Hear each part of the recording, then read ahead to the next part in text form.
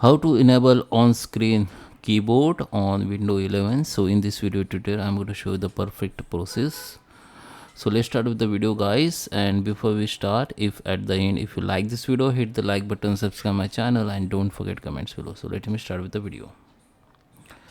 So first, search for setting, come here and search for settings. Okay, you can see this option setting, just click on it, then the setting window will be open. Okay, so you can see like this, and now we need to go in this option accessibility. Under the accessibility you can see the option called keyboard. Okay, just click on it. If you don't find here keyboard option in your window, maybe your Windows not updated, so you can simply search here keyboard, then then this option will be open. Now just click on it.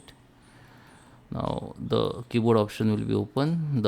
Now here you can see that this press keyboard shortcut to use multiple keys such as Ctrl S on the key one time. Okay, so that is another option. But if you want to enable the on-screen keyboard, here you can see the option called on-screen keyboard, and just you need to enable it. Then the on-screen keyboard will be enabled like this. Now you can type anything which you want. Okay, so we have shortcut key also, which is Window plus Control plus O. If I click Window Control plus O, then the on-screen keyboard will be enabled automatically. So that is the process. So when you enable it and again you close here, then it will be closed by automatically.